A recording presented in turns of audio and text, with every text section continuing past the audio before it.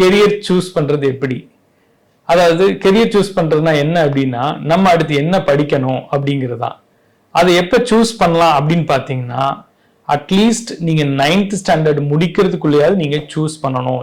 ஏன் அப்படின்னா 10th நீங்க என்ன வேணும், என்ன எடுக்க போறீங்க, அதுக்கான மார்க் என்ன எடுக்க போறீங்கிறத பொறுத்து தான் இது அமையும். அதாவது என்னன்னா, இப்ப பயோமேக்ஸ் எடுக்க போறீங்க அப்படின்னா அதுக்குன்னு ஒரு ஸ்கூல் வந்து அதுக்குன்னு ஒரு மார்க் வச்சிருப்பாங்க. இல்ல கம்ப்யூட்டர் சயின்ஸ் மேக்ஸ் போறீங்கன்னா அதுக்குன்னு ஒரு மார்க் வச்சிருப்பாங்க. அப்போ நீங்க எந்த கோர்ஸ் எடுக்க போறீங்களோ அந்த கோர்ஸ்க்கான மார்க்கை இதுல எடுக்கணும். அப்ப நீங்க 9thலயே பிளான் பண்ணணும். நீங்க இன்ஜினியரிங் போகணுமா, இல்ல மெடிசன் போறீங்களா, இல்ல ஆர்ட்ஸ் அண்ட் சயின்ஸ் போறீங்களா, இல்ல லா போறீங்களா, இல்ல காமர்ஸ்குள்ள போறீங்களா அப்படிங்கறத நீங்க சூஸ் பண்ணணும். அப்படி சூஸ் பண்ணாதான் நீங்க 10thல ஒரு கரெக்டான மார்க் எடுத்து அந்த ஃபோக்கஸ்க்குள்ள நீங்க போக முடியும்.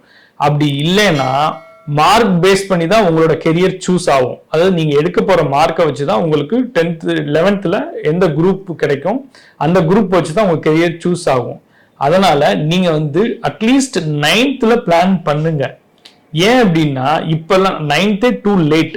ஏன் அப்படின்னா இப்ப 6thலயே உங்களுக்கு வந்து 6th with NEET, 6th with JEE, இப்ப 6th வித் ஐஏஎஸ்லாம் வந்துருச்சு. அப்படி இருக்கும்போது 7th 8th 9thங்கிறது 3 வருஷம் நம்ம லேட் தான். ஆனா அட்லீஸ்ட் 9thலயாவது நீங்க பிளான் பண்ணாதான் இது சரியான பாதைக்குள்ள நம்ம போக முடியும்.